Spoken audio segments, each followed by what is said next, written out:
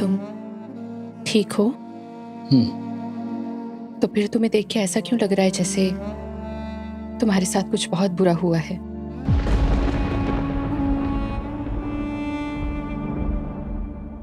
विराट, इसे हमारी किस्मत समझो या हमारी मजबूरी, लेकिन हमें एक दूसरे के साथ बहुत वक्त बिताना पड़ा है। कम से कम एक दूसरे की शक्ल देखकर इतना तो बता ही सकते हैं कि सामने वाला शख्स ठीक है या नहीं। तुम सही से मिलने चवान निवास गए थे ना? क्या बोली वो? डिवोर्स मांगा है। डिवोर्स? बात सुनकर इतनी हैरानी क्यों हो रही? ये तो होना ही था। पूरी दुनिया मुझ पर कीचड़ उछाल रही है, तो कोई भला ऐसा क्यों चाहेगा कि उसका नाम मेरे साथ जुड़े, उस पर भी कीचड़ उछले, उस पर दाग लगे। पता नहीं विराट, पर ये ऐसे सब हो जाएगा इसकी उम्मीद नहीं थी मुझे। उम्मीद?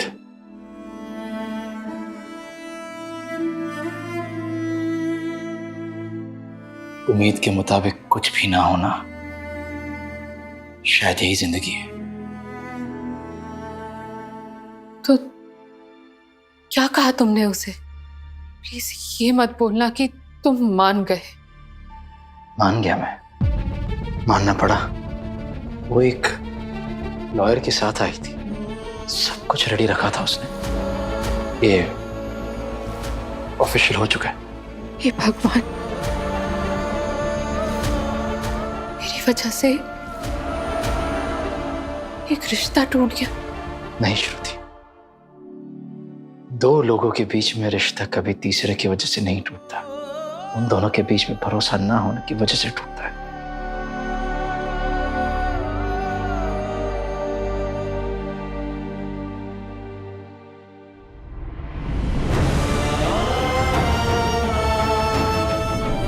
आप प्लीज साइन कीजिए विराट साहब। ठीक है, अगर तुम यही चाहती हो तो कर दूंगा। आबा, विराट सर और मेरे बीच कोई रिश्ता था ही नहीं, इसलिए हमारे बीच जो कुछ भी था ना, मैंने सब खत्म कर दिया।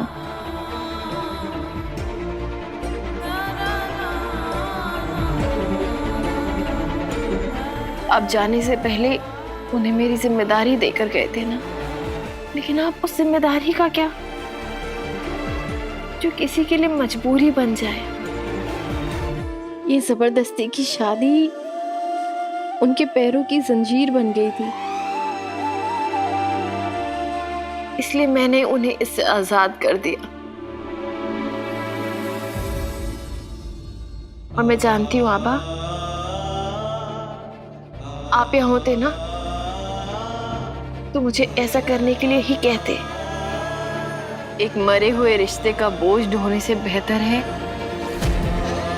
कि उस रिश्ते को हमेशा के लिए दफनाकर जिंदगी में आगे बढ़े। और मैंने वही किया है आबा।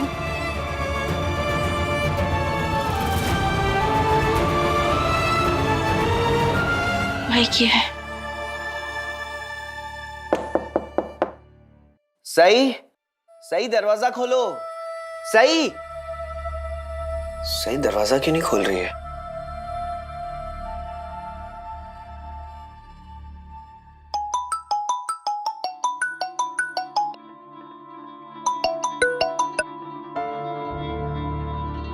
फोन भी नहीं उठा रही है। सही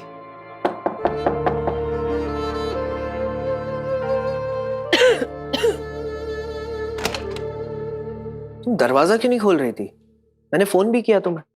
वो जीजू, एक्चुअली मैं ना सो रही थी तो आवाज नहीं सुनाई दी। आई है ना प्लीज। कोई बात नहीं। बैठिए। हाँ,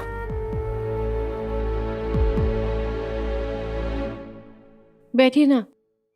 सही तुम बहुत कमजोर लग रही हो। अपने खाने पीने का ध्यान तो रख रही हो ना? सही, तुम्हें तो बुखार है, तुम एक मेडिकल स्टूडेंट हो, ऐसा कैसे कर सकती हो? मेडिसिन बॉक्स कहाँ है? जीजू रहने दीजिए, हल्का फीवर है, सुबह तक ठीक हो जाएगा। तुम अपने पेशेंट्स को यही कहोगी कि हल्का सा फीवर है, ठीक हो जाओगे?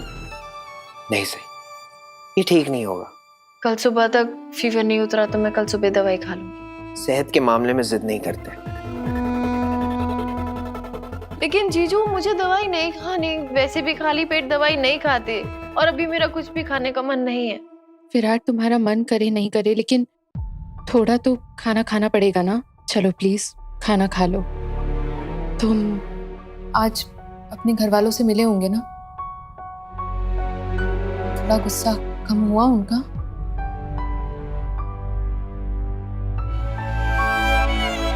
मुझे उनकी आंखों में गुस्सा नजर ही नहीं आया, क्योंकि उन्होंने मेरी तरफ देखा ही नहीं। यहां तक कि बाबा ने अपना मुंह फेर लिया और आई ने कह दिया कि मेरे पैदा होने से पहले काश उनकी कोख सुनी हो जाती।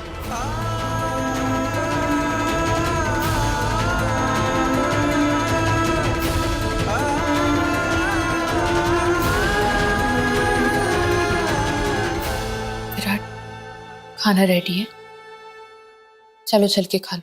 खाना तुमने बनाया? मैंने कहा था ना मैं बनाऊंगा। मैं ठीक हूँ विराट, कम से कम इतना काम तो कर ही सकती हूँ, खाना तो बना ही सकती हूँ। तुम्हारी तबीयत ठीक नहीं लग रही है, तुम खाना भी नहीं खा रहे हो। आई थिंक तुम्हें एक बार डॉक्टर को जाके दिखा देना चाहिए। डॉक्टर के पास गया था, उसने हमेशा के लिए डिस्चार्ज दे दिया। क्या? कुछ नहीं, मेरी परवाह करने के लिए थैंक यू, लेकिन मैं ठीक हूँ।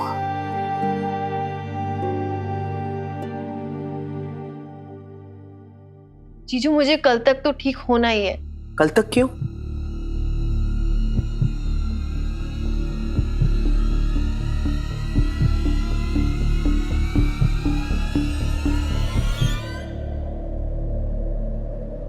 मैंने डिवोर्स फाइल कर दिया है। क्या?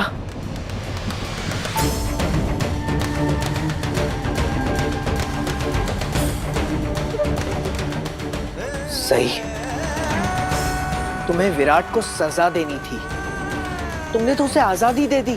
जीजू मैं डॉक्टर बनने वाली हूँ, जज नहीं, और जो हो गया मुझे उस बारे में कोई बात नहीं करनी है। मैं कल डीआईजी सर के पास जाऊंगी, ये डॉक्यूमेंट सबमिट कर दूंगी, फिर विराट सर के ऊपर जो भी इल्जाम लगे हैं सब हट जाएंगे। जज नहीं हो तो सजा नहीं दोगी, तुम वकील भी तो नहीं हो ना, तो फिर डीआईजी सर के सामने जाकर विराट की वकालत क्यों करनी है तुम्हें? बस कुछ कर्ज हैं जीजू जो उतार रही हूँ। विराट सर को सिर्फ शो कॉज नोटिस मिला है, उन्हें यह साबित करना है कि उनकी और श्रुति की शादी गैर कानूनी क्यों नहीं। कल ये डॉक्यूमेंट्स मैं डीआईजी सर को सबूत के तौर पे दे दूँ और फिर उन पर लगे सारे इल्जाम हट जाएंगे। मैं ये कल साबित कर दूंगी कि मैं उनकी पत्नी नहीं हूँ। यकीन नहीं हो रहा है सही कि तुम उसे क्लीन चिट दे रही हो जिसने तुम्हारे साथ गलत किया है।